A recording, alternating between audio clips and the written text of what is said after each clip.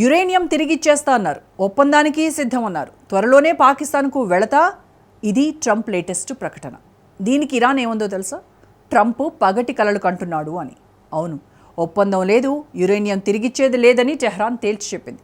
ఇలా అర్థం పర్థం లేని ప్రకటనలు చేయడం ట్రంప్కు అలవాటే. అతడు మెంటల్ కేస్ అంటూ సెటైర్ల మీద సెటైర్లు వేసింది. మరి ఇరాన్ నిజంగా ఒప్పందానికి అంగీకరించకపోతే ట్రంప్ ఎందుకు ఈ ప్రకటనలు చేస్తున్నాడు? వీటి వెనక ట్రంప్ ఆడుతున్న మైండ్ గేమ్ ఏంటి? ట్రంప్ తలతిక్క ప్రకటనలకు సింపుల్ కౌంటర్లతో ఇరాన్ ఇస్తున్న క్లారిటీ ఏంటి? Let's watch.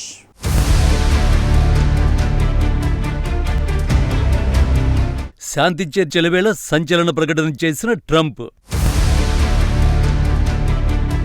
ఇరాన్ నిజంగానే యురేనియం తిరిగి ఇచ్చేస్తా అందా?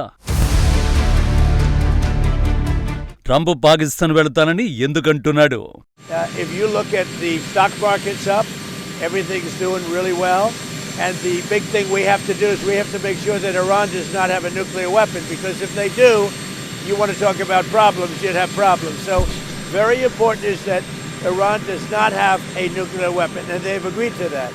పాకిస్తాన్ ఆర్మీ చీఫ్ టెహ్రాన్లో ఉండగా ట్రంప్ చేసిన కామెంట్స్ ఇవి. వైట్ హౌస్ ప్రాంగణంలో మీడియాతో మాట్లాడుతూ ఇరుపక్షాల మధ్య సంప్రదింపులు విజయవంతంగా సాగుతున్నాయన్నాడు. శుద్ధి చేసిన యురేనియం నిల్వలను తమకు అప్పగించేందుకు టెహ్రాన్ అంగీకరించిందని, ప్రస్తుతం ఇరుపక్షాల మధ్య సంప్రదింపులు విజయవంతంగా సాగుతున్నాయన్నాడు. ఇరాన్తో శాంతి ఒప్పందం కుదుర్చుకునేందుకు చెరువులో ఉన్నామని, ఒప్పందం కుదిరితే తాను స్వయంగా పాకిస్తాన్కి వెళ్లి సంతకాల ప్రక్రియలో భాగమయ్యే అవకాశాలు ఉన్నాయని చెప్పాడు. అయితే ఇరాన్తో కాల్పుల విరమణ పొడిగింపు ఉండబోదని ఇంతకుముందు ప్రకటించిన ట్రంప్ కాస్త చల్లబడ్డాడు. కాల్పుల విరమణ పొడిగింపునకు సిద్ధమేనని ఇప్పుడు చెబుతున్నాడు. అమెరికా, ఇజ్రాయిల్, ఇరాన్ మధ్య విరమణ గడువు ఈ నెల 22న ముగియనుంది. మరోవైపు ఇరాన్ ఎన్నటికీ అణ్వస్త్రాన్ని పొందకుండా తాము నిలువరిస్తామని అమెరికా రక్షణ మంత్రి పీట్ హెగ్సెత్ ఉద్ఘాటించాడు. ఇరాన్కు తమతో చర్చలు జరిపి ఒప్పందాన్ని కుదుర్చుకోవడం మినహా మరో దారి లేదన్నాడు హెగ్సెత్. ఒప్పందం కుదరకపోతే మళ్లీ దాడులకు దిగుతామని హెచ్చరించాడు. Continually do the heavy lifting. Oh, Iran might get a nuclear bomb. Who's going to do something about it? America. And America only. Other allies need to invest in their capabilities so they can project power and do basic tasks like clearing a strait. So we're not counting on it, but it would be wonderful to see it. వాస్తవానికి గత వారాంతంలో జరిగిన చర్చలు uranium శుద్ధి గడువు విషయంలో విఫలమయ్యాయి. Iran తన అణు కార్యక్రమాన్ని 5 ఏళ్ల పాటు నిలిపేస్తామని ప్రతిపాదించగా అమెరికా మాత్రం 20 ఏళ్ల గడువు కావాలని పట్టుబట్టింది. కానీ తాజాగా Pakistan army chief field marshal Asim Munir Trump శాంతి ప్రతిపాదనతో టెహ్రాన్ వెళ్లాడు. వారితో చర్చించి మరీ శాంతి చర్చలకు రావాలని వారిని అంగీకరించేలా చేసినట్టు తెలుస్తోంది. ఈ క్రమంలోనే ఇరాన్ తన యురేనియం నిల్వలను అమెరికాకు అప్పగించేందుకు సిద్ధమని చెప్పినట్టు ట్రంప్ ప్రకటించాడు. అమెరికా విధించిన షరతులకు గ్రీన్ సిగ్నల్ ఇచ్చిందన్నాడు. కానీ ట్రంప్ ప్రకటనను ఎవరూ నమ్మలేదు. ఎందుకంటే యురేనియంను అప్పగించేందుకు ఇరాన్ ఎట్టి పరిస్థితులను అంగీకరించదనేది బహిరంగ రహస్యం. చివరికి అదే నిజమైంది. ట్రంప్ ప్రకటనపై రియాక్ట్ అయిన ఇరాన్ అమెరికా అధ్యక్షుడు పగటి కలలు కంటున్నాడని సెటైర్లు వేసింది. ఇరుపక్షాల మధ్య సంప్రదింపులు విజయవంతంగా సాగుతున్నాయని, ఈ ఒప్పందం కుదిరితే అమెరికాకు ఉచితంగా చమురుతో పాటు హార్ముజ్ జలసంధి నుంచి స్వేచ్ఛ రవాణాకు వీలుంటుందన్న ట్రంప్ వ్యాఖ్యలపై ఇరాన్ ప్రభుత్వ మీడియా IRIB రియాక్షన్ ఇది.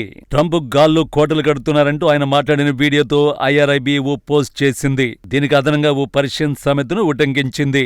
ఒంటె పత్తి గింజల గురించి కలలు కంటుంది, కొన్నిసార్లు వాటిని ఒక్కసారిగా మింగేస్తుంది, కొన్నిసార్లు ఒక్కొక్కటిగా తింటుంది. ట్రంప్ కూడా అంతే, ఆయన ఊహాలోకంలో విహరిస్తున్నారు అంటూ సెటర్ వేసింది. సాధారణంగా సాధ్యం కాని విషయాలను కలలు కాని వ్యక్తుల్ని ఎగతాళి చేయడానికి ఈ పర్షియన్ సామెతను వాడుతూ ఉంటారు. విశేషం ఏంటంటే ఇరాన్ మాజీ సుప్రీం లీడర్ అయతుల్లా అలీ ఖమీనీ గతంలో అమెరికా అధ్యక్షుడు ట్రంప్ మీద ఈ సామెతను ఉపయోగించాడు. ఇప్పుడు ఇరాన్ ప్రభుత్వం మీడియా సైతం అదే సామెతతో ట్రంప్ ఇజ్జత్ తీసేసింది. మరోవైపు ట్రంప్ వ్యాఖ్యలపై ఇరాన్ విదేశాంగ శాఖ కూడా తీవ్రంగా స్పందించింది. ట్రంప్ వ్యాఖ్యలను ఇరాన్ విదేశాంగ శాఖ ప్రతినిధి పెద్ద అబద్ధంగా అభివర్ణించారు.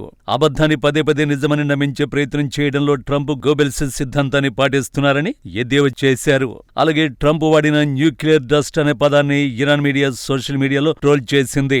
అసలు అంతర్జాతీయ అణు పరిభాషలో అలాంటి పదమే లేదని, ట్రంప్కు అణు సాంకేతికతపై అవగాహన లేదని సెటైర్లు వేశారు. ఇరాన్ వాదన ప్రకారం తాము కేవలం 3 నుండి 5 ఏళ్ల పాటు యురేనియం సుసంపన్నతను నిలిపివేయడానికి మాత్రమే ప్రతిపాదించామని, కానీ ట్రంప్ ప్రభుత్వం 20 ఏళ్ల విరామం కోరుతోందని, ఇలాంటి పరిస్థితుల్లో అంతా ఒప్పేసుకున్నారని ట్రంప్ చెప్పడం హాస్యాస్పదమని ఇరాన్ మీడియా పేర్కొంది.